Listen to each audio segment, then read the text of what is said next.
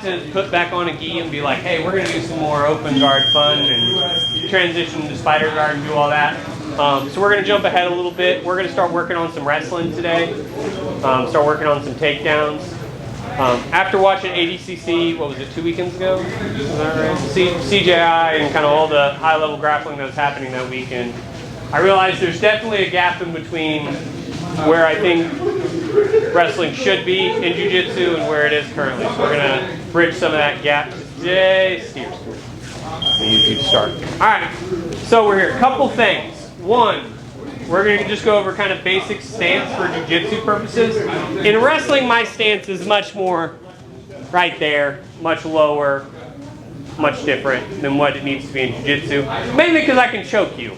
And so that means bringing your head way down below the hips is a little bit more dangerous. So for me, what I'm looking for, feet a little wider than shoulder width, looking to have a good bend at the knees, good head and chest up with active hands. I'm not wanting to walk in with my hips forward. I'm not wanting to walk in with my neck down. I'm looking to keep head and chest up, looking to come in here. Now, we're going to work just a couple really simple takedowns and work to build off of these over the next probably month and a half. That's going to be what we focus on is takedown defense, front headlock position, a lot of these kind of wrestling-centric type motions. We're going to spend some quality time here for the next little bit. A good portion of that will be no gi, but do keep an eye on it because some of it will be in the gi because we're going to do some judo and some tossing around one of these weeks when it's not 97 degrees outside. So boom, we're here. Boom. All right. First thing we're always going to look to do is I want to make point of contact, but I don't want to reach with my lead hand. So for me, if my left foot is forward, I do not want to reach for Austin's head with my left hand. Who can wonder why? Fuck you. Anyone else?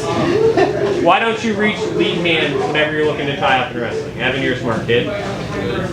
Makes that side completely. Yeah. Exactly. I'm reaching with the leg that is closest to him, leaving that side open. So when we're here, if we're going to reach with our left hand, I want to be reaching for a low control point. Generally, I'm looking for a wrist or hand. Me, I have children-sized small hands. So I'm not big on grabbing wrist control and like locking it down. One of the things I do like to grab is just on the inside of that palm to where my thumb and my trigger finger are right at the gap of his wrist, like where his wrist walk is. So I like to be right there. My right hand is then going to come, and while we're drilling, we just put it on the back of his neck and I grab his eventual bald spot, right? Austin's got good hair, he's not like me, right? But I'm looking to here and come here. Now, in competition, that's as aggressive as you can get away with, right? You can't bitch slap them into next week. But you also don't want to be like, oh, it's really gentle here. This is a club hand. So when it's here, boom, contact, here. Now, head position. I was raised in the early 90s where you were taught things that are not politically correct today. So I will not teach you the way I was taught, but you do not want to be ear to ear. Because if you're ear to ear, you're, yeah, that's right. But I want to have my forehead in his temple. So boom, here and here. I want to control that head position. Forehead to forehead is equal fight. Forehead to temple is unequal fight. I like to be right here. All right? So once we get there, boom. All we're going to look to do is I'm going to look to step across and around just that little bit. So that Austin steps.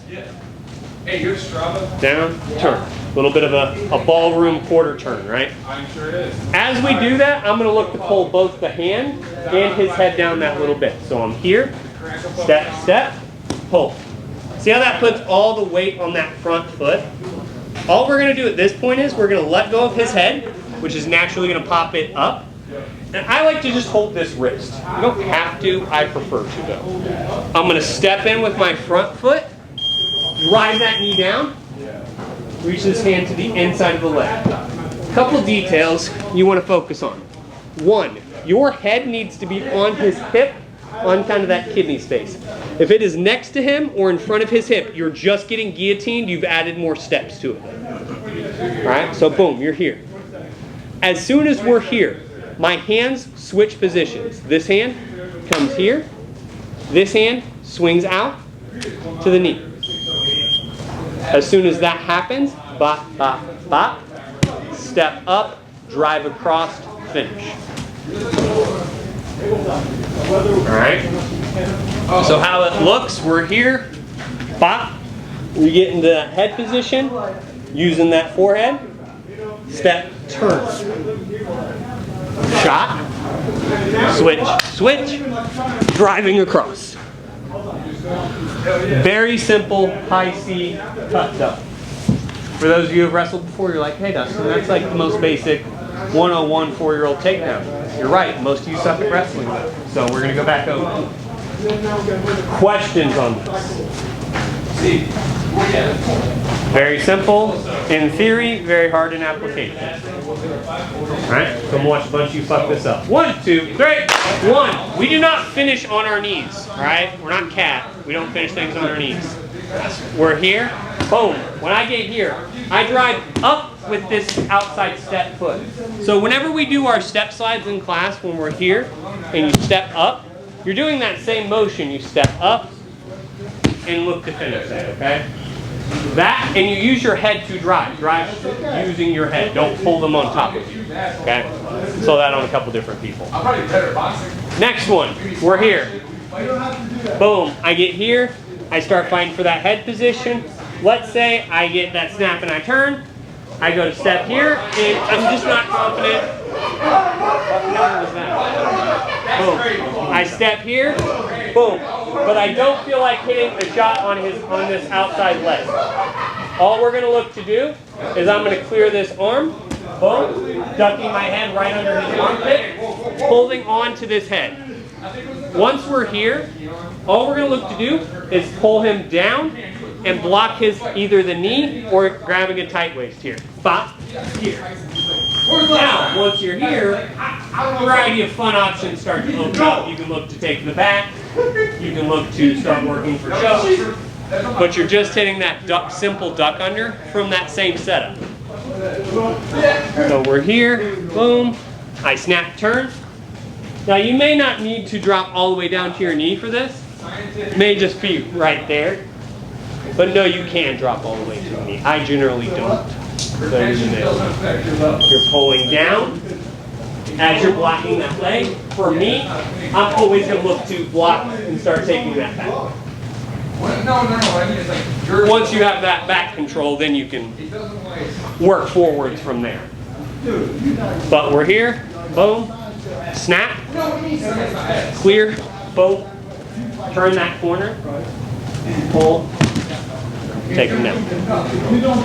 Questions on this one? Boom. Until I can kind of clear my head behind. That's what I'm looking for. At what point do you like the transition to like a seatbelt? Once I've gotten him to his knees, then I can start to change off seatbelts, grips, and things like that. Before then, I wouldn't. If you do you always keep that far side arm locked when you go for that seatbelt, or like how do you approach it? For me, I'm generally going to, if I'm going to go seatbelt here, I'm generally going to look to step this leg in first.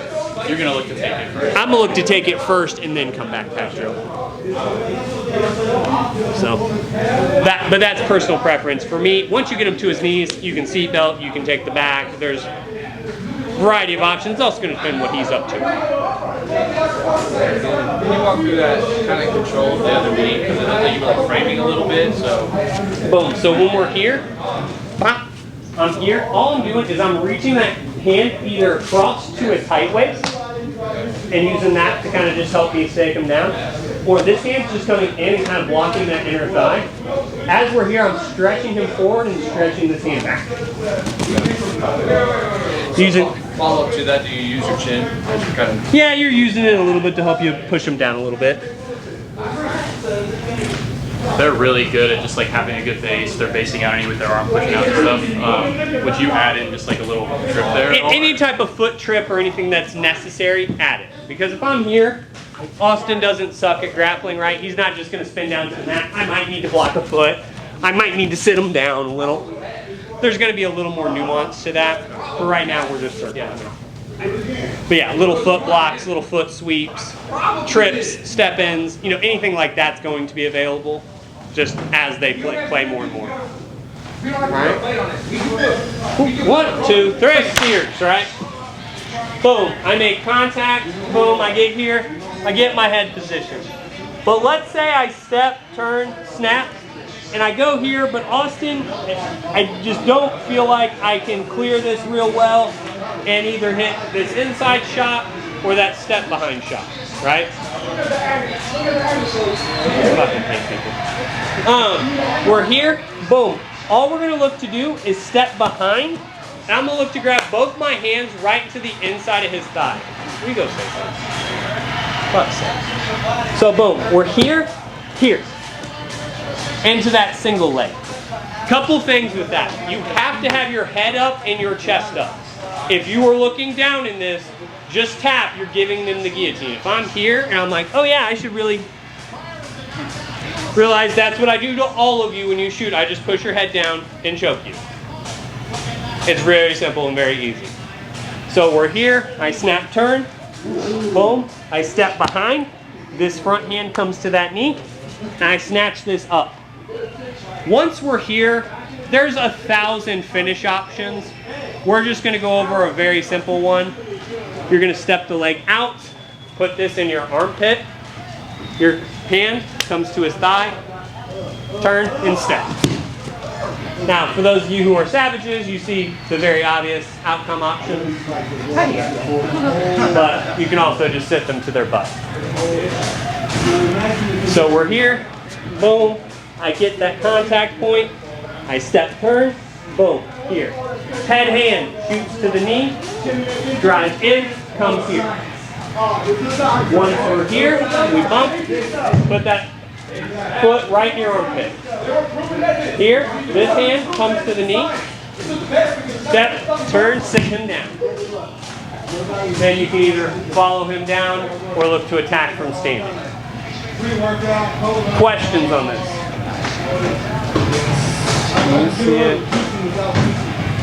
Question? One more other than one more. Boom, we're here. Wow. I get James to step. Hand shoots in. Boom, here. I step out. Get this arm up. James has really inflexible thighs. So that makes it really hard for him to do this. Which makes this really easy. All I do, hand to that thigh. Hop. There. Entry. Or for me, I like to come right to that leg drag. Just because I like to be here. Especially for those of you who need to punch people. Oh no. That's a really good spot for it.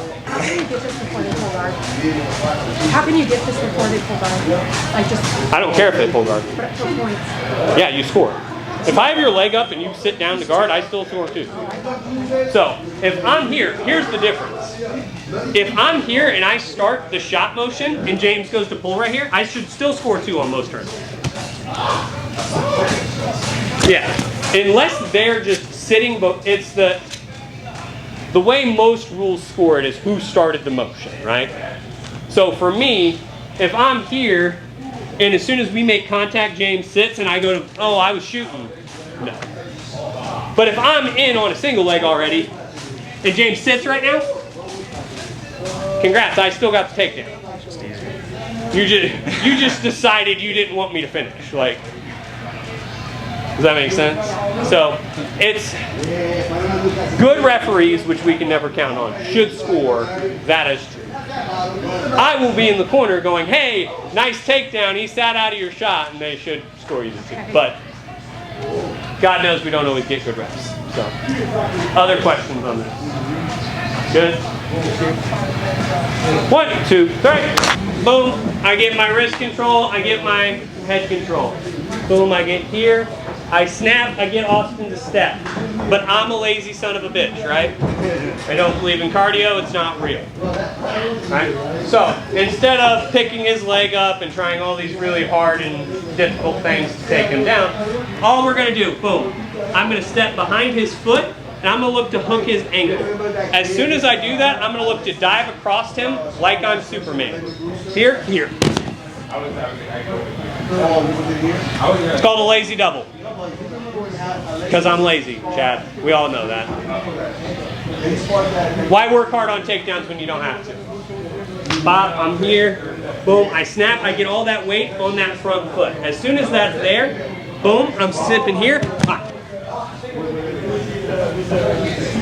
For those of you with commitment issues, this one will be tough to get. Sorry, Kat, but let's pick on Kat tonight. You're just right in eye line, and that's your own fault.